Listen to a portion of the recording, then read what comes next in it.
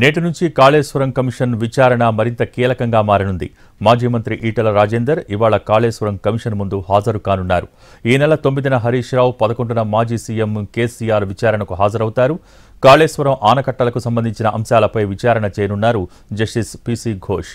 Commission ఇచ్చిన నోటీసులకు వచ్చే సమాధానాల ఆధారంగా ఎంక్వైరీలో ప్రశ్నలు వేయనున్నారు. గతంలో వారు నిర్వర్తించిన బాధ్యతల ఆధారంగా ప్రశ్నావళిని ఇప్పటికే సిద్ధం చేసింది కమిషన్.